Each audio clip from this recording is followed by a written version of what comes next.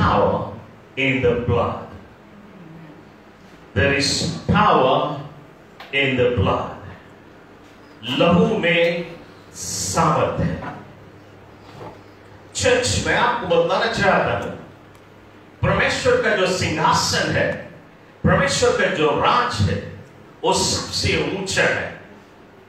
सबसे ऊंचे स्थान में परमेश्वर से ऊपर और कोई चीज नहीं, और परमेश्वर के पास सभी चीज के ऊपर अधिकार है, यानी कि सभी चीज के ऊपर राजा है। वो परमेश्वर सबसे ऊंचा है, और परमेश्वर से थोड़ा ही कम परमेश्वर ने अपने स्वर्ग दूतों को बनाया। मतलब कि परमेश्वर के जो दूत हैं, उसके नौकर है, उसके काम कर रहे हैं, लेकिन परमेश्वर उनको एक कदम नीचे बनाया है। परमेश्वर ने स्वर्ग दूतों से एक और कदम नीचे उसने हमें और तुम्हें बनाया। हर एक मनुष्य को परमेश्वर ने स्वर्ग दूतों से, बाइबल कहती है, आपको ये साम्स की पुस्तक में चैप्टर 8 वर्स 5 में मिलेगा कि परमेश्वर ने मनुष्य को स्वर्ग दूतों से एक कदम नीचे, थोड़ा ही कम कदम नीचे परमेश्वर ने उनको रचा, और मनुष्य से एक और कदम नीचे परमेश्वर ने सभी जानवरों को रचा है। और जानवरों से नीचे और सबसे नीचे जिसके पास कुछ भी अधिकार नहीं, वो है शैतान। शैतान को परमेश्वर ने सबसे नीचा स्थान दिया। एक ही चीज दिया उसको, एक चीज, जानते हो क्या दिया? कौन सा कहता है? एक ही चीज दिया है कि तुम मिट्टी को खाएगा, तुम्हारा भोजन है मिट्टी। उससे बड़ा चीज और कोई अधिकार, उसके पास एक अधिकार है, मिट्टी खाए। ओके, तो परमेश्वर ने मनुष्य को रचा इस पृथ्वी में। आप इतना याद रखना कि हम इसी बात के एंड में फिर जमाएंगे, अंत होते तक। ना परमेश्वर ने जब मनुष्य को रचा, आदम को रचा, आपको ये याद दिलाना चाहूंगा कि परमेश्वर ने जब मनुष्य का रचना किया, आदम और हव्वा दोनों का रचना नहीं किया था। परमेश्वर ने आदम का रचना किया, पहला आदमी। और आदम को जब उसने रचा, बुक ऑफ जेनेसिस में कहता है, परमेश्वर कहता है कि हम मनुष्य को अधिकार दे कि इस पृथ्वी के ऊपर वे राज करें। I will give dominion unto men to dominate. पृथ्वी के ऊपर डोमिनेट करे, यानी कि राज करे। तो उसने आदम को अधिकार दिया इस पृथ्वी पे राज करने के लिए। जितना भी जीव जंतुओं को परमेश्वर ने बनाया, जितना भी चीज को परमेश्वर ने रचा, सब कुछ परमेश्वर ने मनुष्य के अधीन में दिया, आदम के अधीन में दिया। उसके अथॉरिटी के नीचे आदम को उसने राजा बनाया, इस पृथ्वी में राज करेगा। फिर जब दिन बीतता गया तो परमेश्वर ने देखा कि सभी जानवर खेल रहे हैं, कूद रहे हैं आपस में, सब कुछ बहुत ही अच्छा है, लेकिन ये आदमी बिल्कुल अकेला है और इधर उधर मारा मारा फिर रहा है। उससे बातचीत करने वाला कोई नहीं, उसके साथ में फेलोशिप करने वाला कोई नहीं। तब परमेश्वर ने कहा, ये अच्छा नहीं कि ये मनुष्य अकेला रहे, आओ इसके लिए मैं एक पत्नी बनाऊंगा। और तब परमेश्वर ने उसके लिए उसका पत्नी बनाया।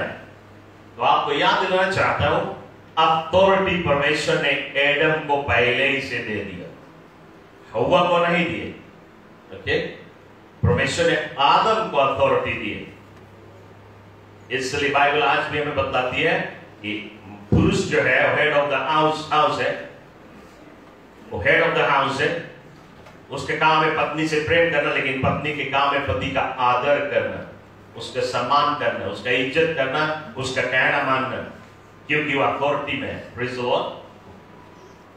आपको ये बताना चाहता हूं कि परमेश्वर ने, आप पूरी कहानी जानता है इसलिए मैं पूरा कहानी नहीं बताऊंगा, आपको बताना ये चाहता हूं कि परमेश्वर ने आदम से कहा था कि तुम एक पेड़ के फल खाली नहीं खाना।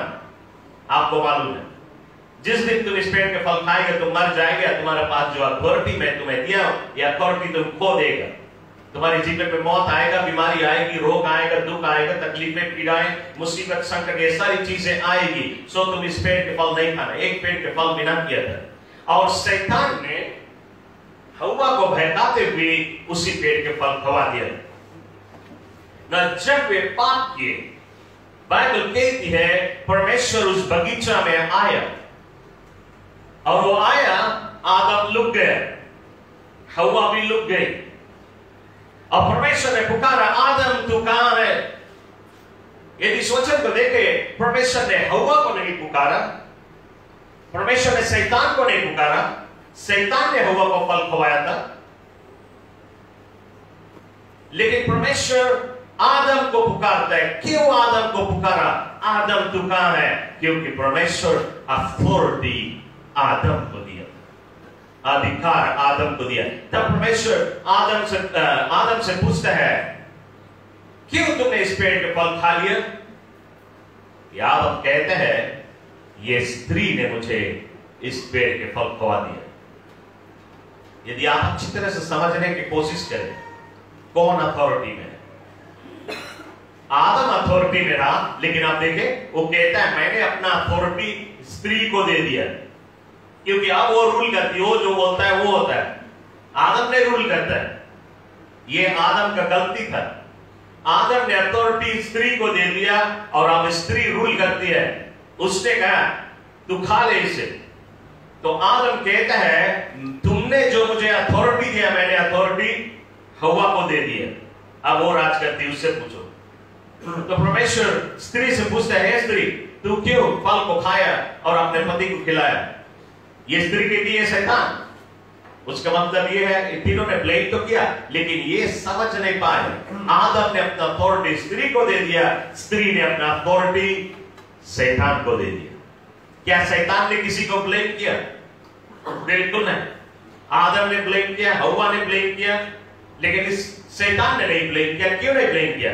यदि वो कहता, यदि वो सांप बोलता है कि वो शेर मुझे बताया, तो वो अथॉरिटी उस जानवर को दे देता। इसलिए शैतान ने किसी को नहीं ब्लेम किया, वो आनंदित हुआ, खुशी हुआ कि आदम ने अथॉरिटी हवा को दिया, हवा ने अथॉरिटी मुझे दे दिया, अब मैं इस बगीचा का राजा हो गया। आज भी शैतान इस संसार का राजा है, क्योंकि आदम ने दे दिया उसे। Praise the Lord. ना आपको बताना चाहता हूं कि जब आदम ने अथॉरिटी दे दिया, शैतान अब राज करने लगा। मनुष्य का जो रिश्ता है परमेश्वर से, रिश्ता टूट गया पाप के कारण। अब मनुष्य नहीं सके परमेश्वर से बात करे, परमेश्वर से प्रार्थना नहीं कर सकते, उससे फेलोशिप नहीं कर सकते। अब मनुष्य सब रोज अमर नहीं रहेगा, एक रोज मर जाएगा, लेकिन मर के कहां जाएगा? और नरक जाएगा, और स्वर्ग नहीं जा सकता, क्योंकि उसने पाप किया है। परमेश्वर से उससे कोई रिश्ता नहीं। तो परमेश्वर ने क्या किया? परमेश्वर ने सोचा, यदि मैं मनुष्य के लिए कोई उपाय नहीं करूं तो कौन करेगा उपाय? कोई और उसके लिए उपाय नहीं कर सकता। इसलिए परमेश्वर ने एक भेड़ा को लेके आया, और उस भेड़ा को काटा, उसका खून बहा, और उस भेड़ा का चमड़ा निकाला, और उसके चमड़ा में खून लगा था, और उस चमड़ा का कपड़ा बना के आदम और हवा के तन को ढक दिया।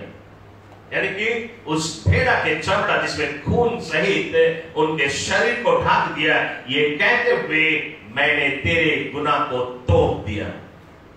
मतलब कि उसके जो पाप है, वो पाप भेड़ा के लहू के नीचे तोपा गया। तो क्या हुआ? ये हुआ कि मनुष्य के जो टूटा हुआ रिश्ता परमेश्वर के साथ में फिर से जुड़ गया। Praise the Lord. चर्च में आपको बताने ये चाहूंगा कि भेड़ा के लहू में इतनी सामर्थ है कि मनुष्य के पाप को तोप देता है, और बाप के साथ में रिश्ता जोड़ देता है, और स्वर्ग जाने के लिए रास्ता बना देता है। ये जब भेड़ा के लहू में इतनी सामर्थ है, तो यीशु के लहू में कितनी सामर्थ होगी। Hallelujah. Church, there is power in the blood. Hallelujah. ना बाइबल हमें कहती है उत्पत्ति के पुस्तक में 3 अध्याय 21 पद में ये सारी बातें हमें बताती है। लेकिन यदि हम जेनेसिस चैप्टर 4 वर्स 10 को देखें, इस जगह बाइबल कहती है आदम हव्वा के बच्चे हुए, कैन और एबल। और एबल जो था वो भेड़ा पालता है, उसका खेती है, और जो कैन है वो साग सब्जियां बोता है। बाइबल कहती है एबल अपना 10वां हिस्सा निकालता है। कैसे निकालता है? यदि उसके पास 10 भेड़ा है तो उसमें से एक को चुनेगा और जो 10 में से सबसे बेस्ट है, जो सबसे जस्ती मोटा तगड़ा ताजा है, सबसे बेस्ट, वो परमेश्वर को देता है। कैन यदि 10 बंडल केबेज बांधता है तो उसमें से देखता है किसमें जस्ती किरुआ लगा है, कौन सूख गया है, वो सुखांदा बंडल ले जाकर परमेश्वर को देता है। मतलब वो अपने दिल से नहीं देता है, हिचकिचा के देता है कि हमें दे के पड़ी लाभ, तो सबसे बेकार न चूज करके परमेश्वर देता है। तो इसी कारण परमेश्वर ने एबल को ब्लेस किया और कैन को नहीं ब्लेस किया। एबल के ब्लेसिंग इतना बढ़ गया, उसके खेती बाड़ी इतना बढ़ गया कि कैन उसे देख नहीं सका और वो गुस्से में आके अपने भाई एबल का हत्या कर दिया। ना जब एबल मर गया, परमेश्वर एक बार फिर आया उस बगीचा में और वो आके कैन से पूछते हैं, कैन कहां है तुम्हारा भाई? कैन उसका जवाब देता है, क्या मैं अपने भाई का रखवाला हूं? आप देखे कैन के जुबान के शब्द और वो परमेश्वर से ऐसे बातें करता है, क्या मैं अपने भाई का रखवाला हूं? परमेश्वर उसको जवाब देते हैं, कैन एबल को तुमने हत्या कर दिया, लेकिन एबल का जो खून है वो अभी भी जिंदा है और वो पुकार रहा है। क्या पुकार रहा है?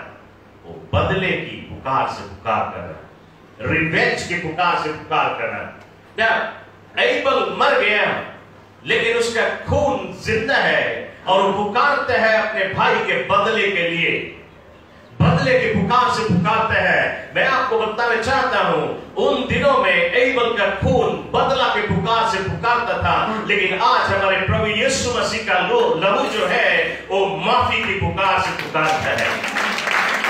हालेलुया। चाहे तुम कितना भी बुरे गुनहगार हो, चाहे तुम हत्यारा हो, चाहे तुम्हारा पाप जो काले रंग का हो, नीले रंग का हो, पीले रंग का, चाहे कितना भी खराब पाप हो, आज यीशु के लहू पुकारता है तुम्हें माफी देने के लिए। जब तक तुम्हारा श्वास चलता है, यीशु के लहू आपको माफी देके जन्नत में जगह दे सकता है। Glory to God. कि नाम एक तालियां बजा देता हूं यीशु के लिए। अय्यूब की पुस्तक में 1 अध्याय 5 पद बाइबल हमें कहती है, जोब, अय्यूब एवरी डे, हर एक दिन एक भेड़ा की कुर्बानी करता, परमेश्वर को भेंट में चढ़ाता अपने गुनाह के लिए, कि परमेश्वर हमारे जीवन में एक गुनाह न हो। और सिर्फ अपने लिए नहीं, अपने पत्नी और अपने बच्चों के लिए एवरी डे वो एक भेड़ा की कुर्बानी करता। और यदि आप अय्यूब के पुस्तक में 1 अध्याय 9 और 10 पद को देखें, अय्यूब एक ऐसा व्यक्ति था अपने दिनों में सबसे धनवान व्यक्ति दुनिया का, और अपने दिनों में सबसे धार्मिक व्यक्ति था, जो परमेश्वर के आराधना स्तुति रोजाना करता, पवित्र मार्ग में चलता। लेकिन इस जगह पे अय्यूब के पुस्तक 1 अध्याय चैप्टर 1 पेज 9 और 10 में बाइबल कहती है कि ये जो शैतान है, ये शैतान इधर उधर आगे पीछे आता जाता, इधर से उधर घूमता घूमता मारा मारा फिर रहा, हेवन के किनारे से चक्कर लगा रहा था। और तब परमेश्वर पूछते हैं शैतान से, हे शैतान, क्या तुमने मेरे सेवक अय्यूब को देखा है? क्या तुमने मेरे सेवक अय्यूब को देखा? क्यों परमेश्वर उससे पूछता है? कि आप जानते हैं कैसे पूछता रहा होगा? ये तो बाइबल में नहीं लिखा है, लेकिन हम जब बोलता है तो हमें ऐसा लगता है ये हमारी बात है, ये बाइबल में नहीं। मैं सोचता हूं कि जब परमेश्वर उससे पूछता रहा, हे शैतान, क्या तुमने मेरे दास अय्यूब को देखा है? कुछ ऐसा अपना कोला खींच के बोलता रहा। क्या सोचता तू?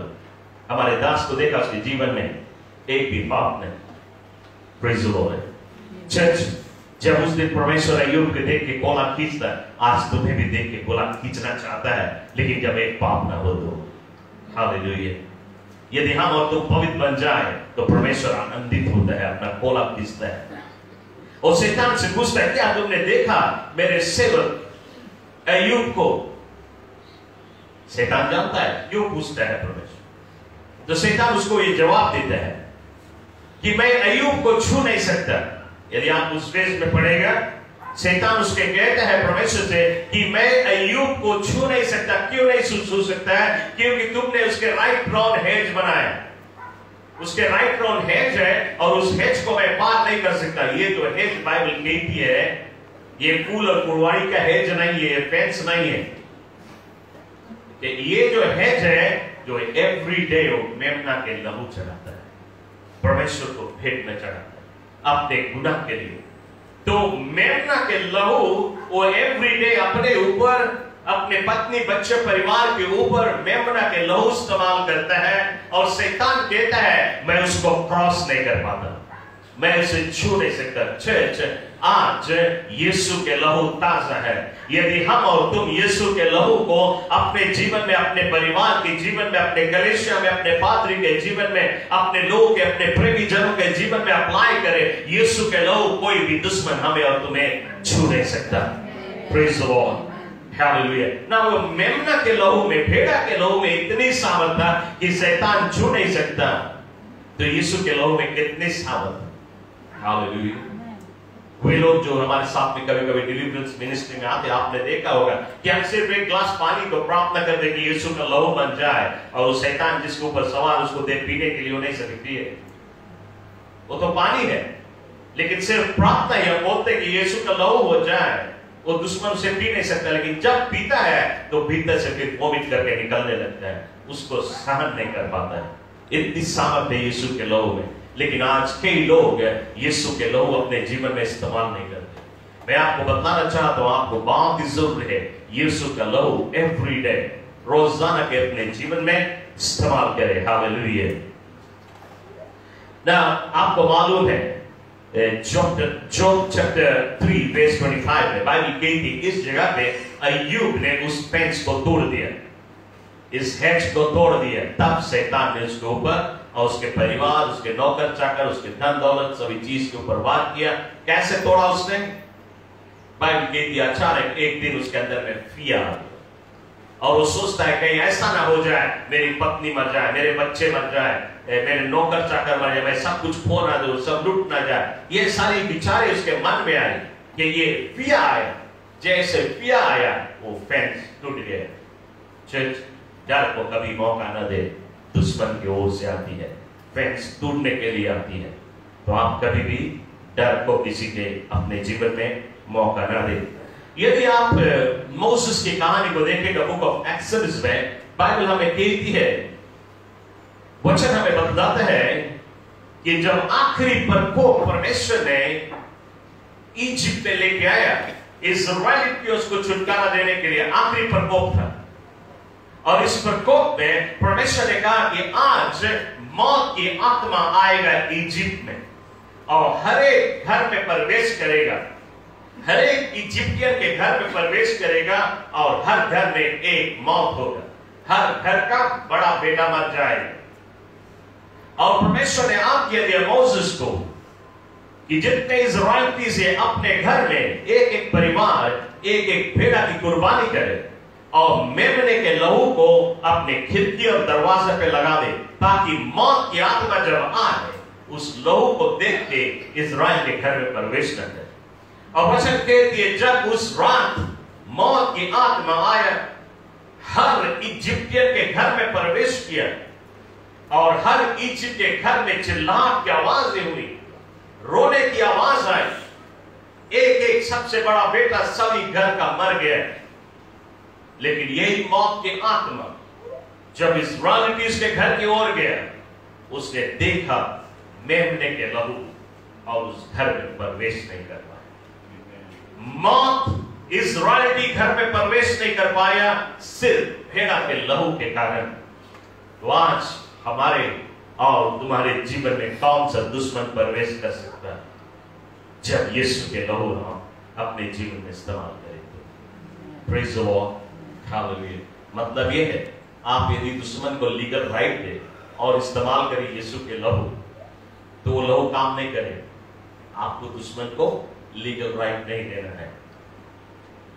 एक बार एक बड़ी सभा में एक आदमी जो सेटन वर्शिपर था, सेटनिस्ट, ये आदमी इंसान के काट के चढ़ाता शैतान के लिए, इंसान के गोश्त को खाता और उसके मांस को पीता, उसके लहू को पीता। ये आदमी उसको होली कम्युनियन बोलता है शैतान के लिए। इसके पास इतनी बड़ी सामर्थ थी, अपने शरीर में से बाहर निकल जाता, जहां जाना चाहे वहां जाता, जो करना चाहे वो कर सकता था। उतनी बड़ी सामर्थ शैतान ने उसको दिया था। ये आदमी इस पृथ्वी के नीचे जाता। आप जानते हैं पृथ्वी के नीचे एक और दुनिया है जिसको सियोल कहा जाता है, और उस सियोल में नरक है, उसमें 5 अलग अलग डिपार्टमेंट है, और उसमें शैतान का राज है। तो ये आदमी शैतान या लूसीफर के साथ में बैठकर और लूसीफर के साथ में मीटिंग में भाग लेता। एक दिन ऐसा हुआ, ये आदमी सेव हो गया। यीशु मसीह के सच्चाई को उसने सुना और उसने अपना दिल यीशु को दे दिया और वो बच गया, उसका प्राण बच गया। और एक बहुत बड़ी सभा हो रही थी एक खुले मैदान में, और उस सभा में आके उसने अपना टेस्टिमनी दिया, अपना गवाह दिया। उसके सारे टेस्टिमनी तो आपको मैं नहीं बताता हूं, लेकिन छोटी सी बात आपको बताना चाहता हूं कि उसके टेस्टिमनी में उसने एक बात कहा था, और उसने कहा कि लूसीफर ने उसको उसकी दिल की बात बतलाई है। लूसीफर के दिल में जो बात है उसने इस आदमी को बताया। क्या है? लूसीफर ने कहा, ये मेरी दिल की अरमान है कि जितना पादरी है, जितना पास्टर्स है, लीडर्स है, अपोस्टल्स है, एवेंजलिस्ट है, टीचर्स है, बाइबल टीचर्स, जितना भी है, सभी को मैं मार देना चाहता हूं। सभी को हम मानते हैं, दिल के अरमान है, सभी को हम कब किल करते, लेकिन हम उनको छू नहीं पाता क्योंकि यीशु के लहू के नीचे बैठा है। हालेलुया। चर्च, आप यीशु के लहू रोजाना अपने जीवन में इस्तेमाल करें और कभी ना झुके। एक समय की बात, एक परमेश्वर का सेवक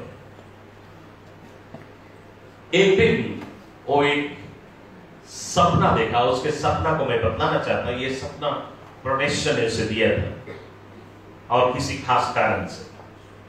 यहां पे ये सपना में देखते हैं कि वो अपना शरीर को छोड़ के वो निकल गया और वो हेवन जा रहा है। और जब वो हेवन के फाटक के पास जाके पहुंचा, उस गेट के पास 2 स्वर्गदूत खड़े हैं।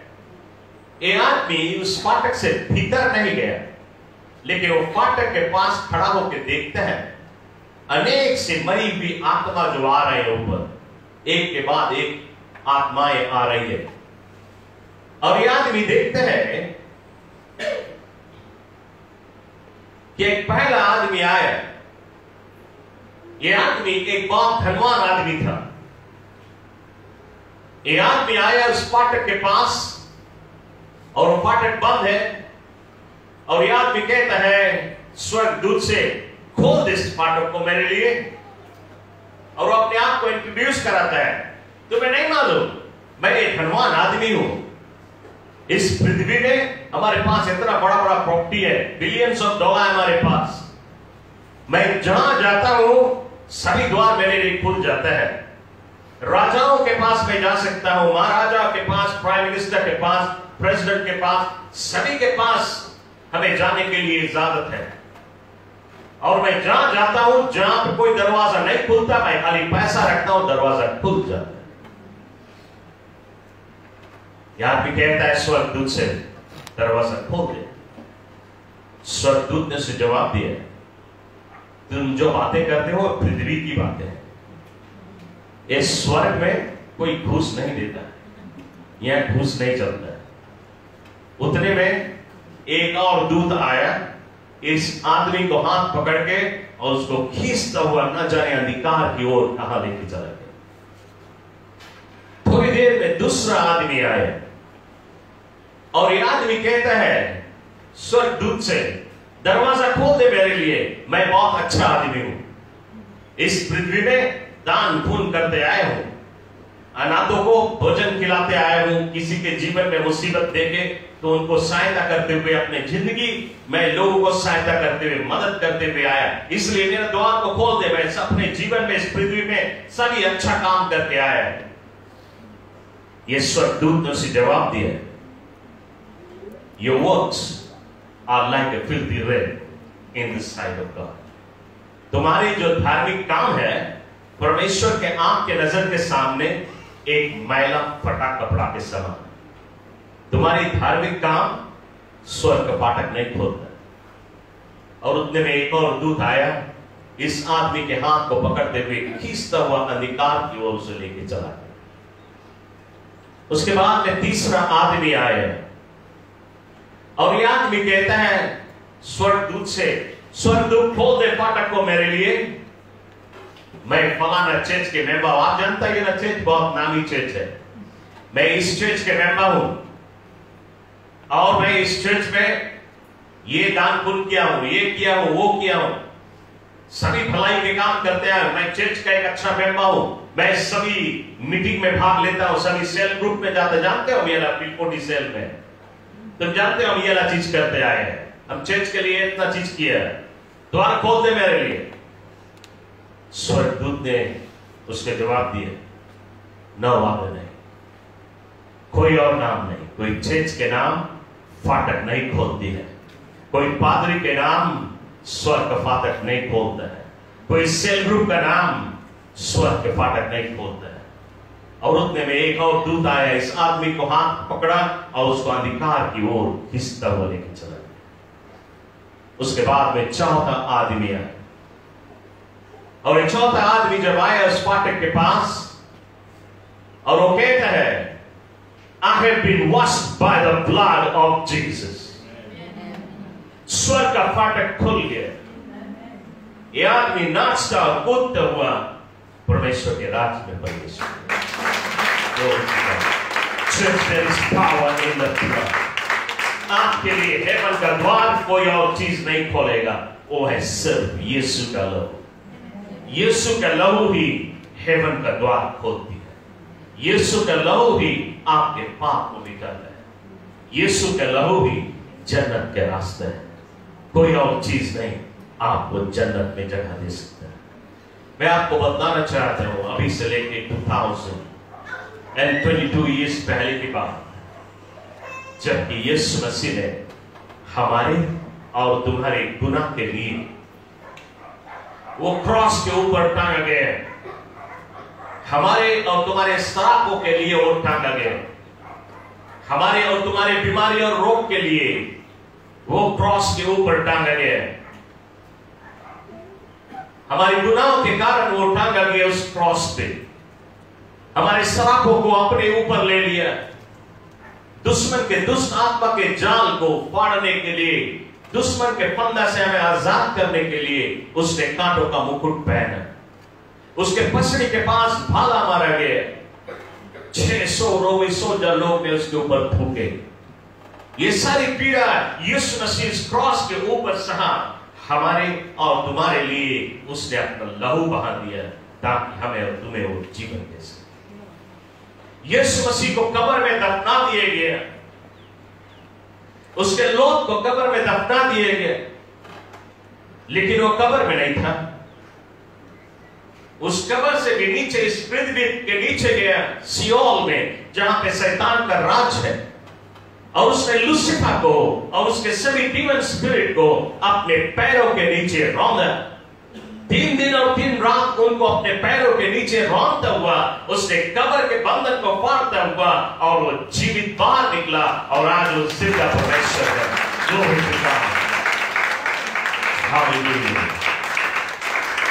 लेकिन चर्च सिर्फ इतना ही नहीं हुआ, बाइबल हमें इफिशियंस 2:6 के अनुसार ये कहती है कि जब उसने मौत को पिछाड़ा, क्रॉस पे अपनी जान की कुर्बानी दी, पाप को पिछाड़ा, श्राप को पिछाड़ा, पृथ्वी के नीचे गया शैतान को पिछाड़ा, कब्र के बंधन को पिछाड़ा, जी उठा, तब परमेश्वर ने उसको सबसे ऊंचा स्थान दिया, उसका नाम सब नामों से ऊंचा नाम दिया परमेश्वर ने। और उसको परमेश्वर ने उसको इतना ऊंचा उठाया कि वो बाप के दाहिने ओर जाके बैठ गया। हालेलुया।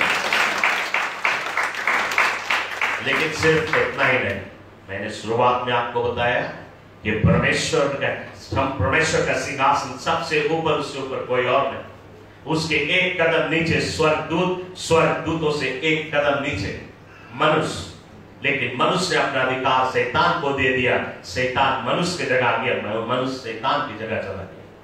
लेकिन जब यीशु मसीह शैतान को कुचल के और वो चाबी जो उसने आदम से छीन लिया था उसको वापस लेके आया और उसने कहा, लो वो अधिकार मैं तुम्हें वापस देता हूं, जो अथॉरिटी शैतान ने तुमसे छीन लिया मैं तुम्हें वापस देता हूं। चर्च आज हमारे और तुम्हारे पास वो अथॉरिटी। लेकिन उतना ही नहीं, बाइबल कहती है that we are seated with Christ Jesus in heavenly places।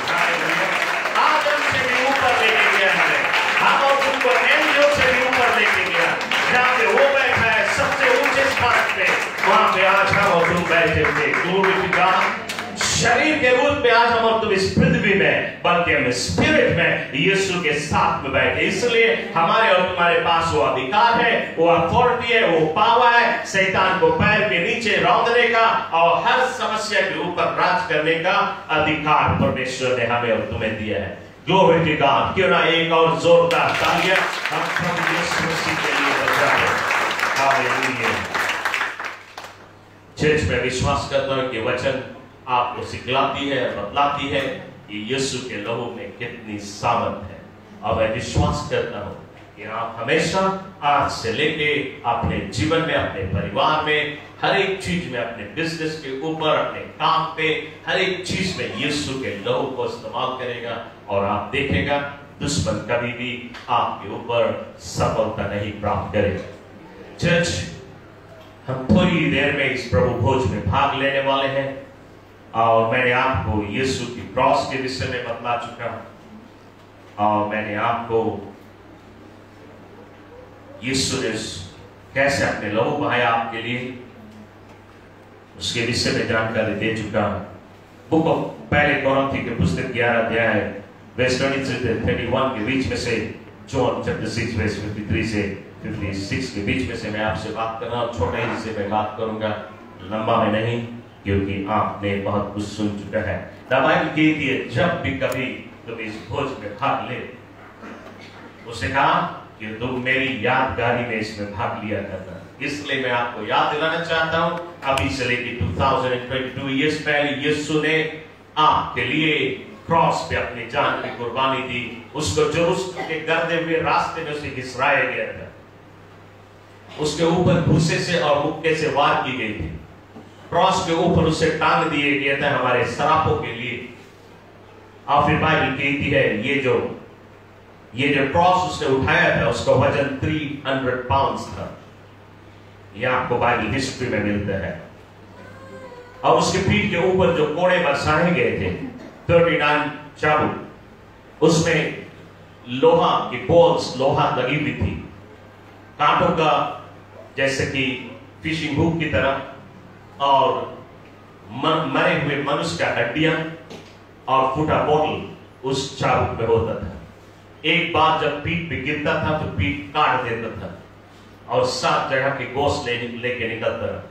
39 चाबुक, 273 टुकड़ा गोश्त उसके पीठ में से निकला हमारे और तुम्हारी बीमारी रोग के कारण। और जिस पेड़ के ऊपर टांगा गया था उसका नाम था ज़िलोन ट्री, और जो नीला उसके हाथ में भोंका गया था 5 इंच से लेके 7 इंच लंबा नीला होता था। तो ये सारी पीड़ा यीशु ने हमारे और तुम्हारे लिए क्रॉस के ऊपर सहा, ताकि हमें और तुम्हें वो नव जीवन दे सके।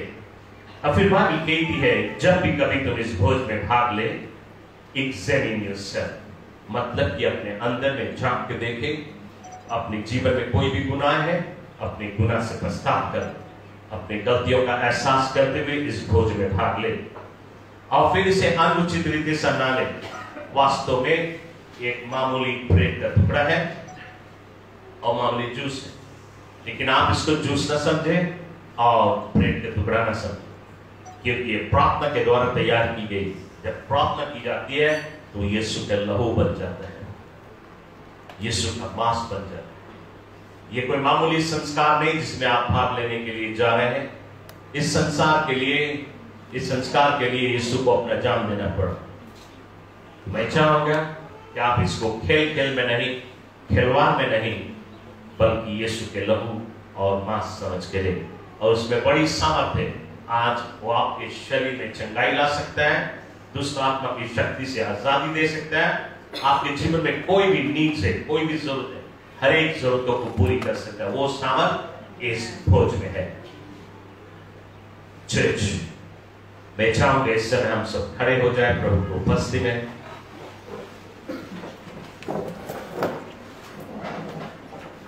Hallelujah, thank you Jesus. आपका ध्यान यीशु के क्रॉस की ओर ही रहे, और मैं चाहूंगा इस समय कि आप इस भोज में भाग लेने से पहले आपके जीवन में यदि कोई भी गुनाह है जिसको आपने कबूल नहीं किया, बिल्कुल अभी इस समय आप अपने पाप से माफी मांग लें, ताकि आपके जीवन में कोई भी गुनाह ना हो, आप पवित्र बन के इस भोज में भाग लें। तो मैं समय देता हूं कि आपको पश्चाताप करने के लिए।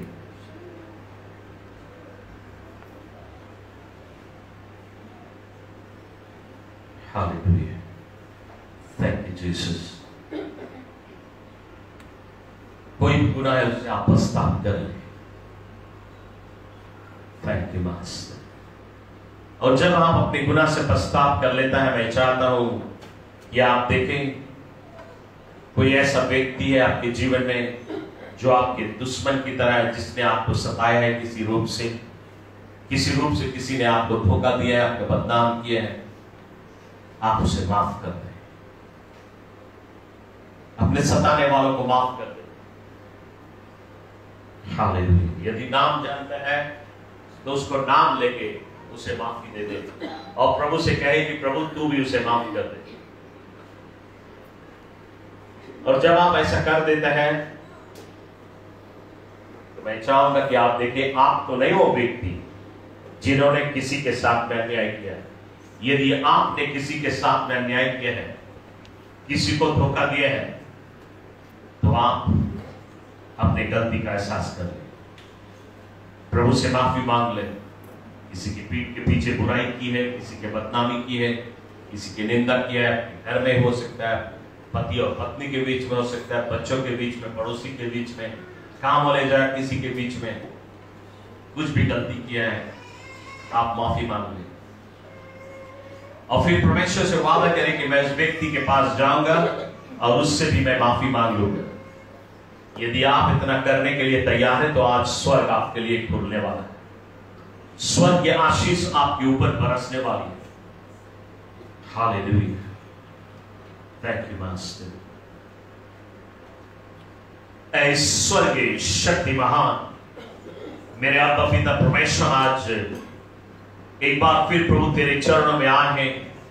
तेरा मैं शुक्रिया अदा करता हूं, धन्यवाद देता हूं तेरे वचन के लिए जो तूने मुझे दिया, मैं तेरे बच्चों के बीच में बांट दिए।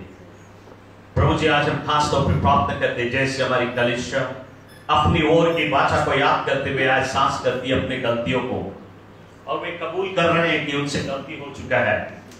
प्रभु मैं दुआ करता हूं आज अपनी करुणा से सारी कलीसिया को तू माफी दे दे। प्रभु हमारे सभी बच्चों को तू क्षमा कर दे, अपने लहू से धो के साफ कर दे, ताकि एक भी व्यक्ति अनुचित रीति से इस भोज में भाग न ले, बल्कि सब के सब उचित रीति से इस भोज में भाग ले सके।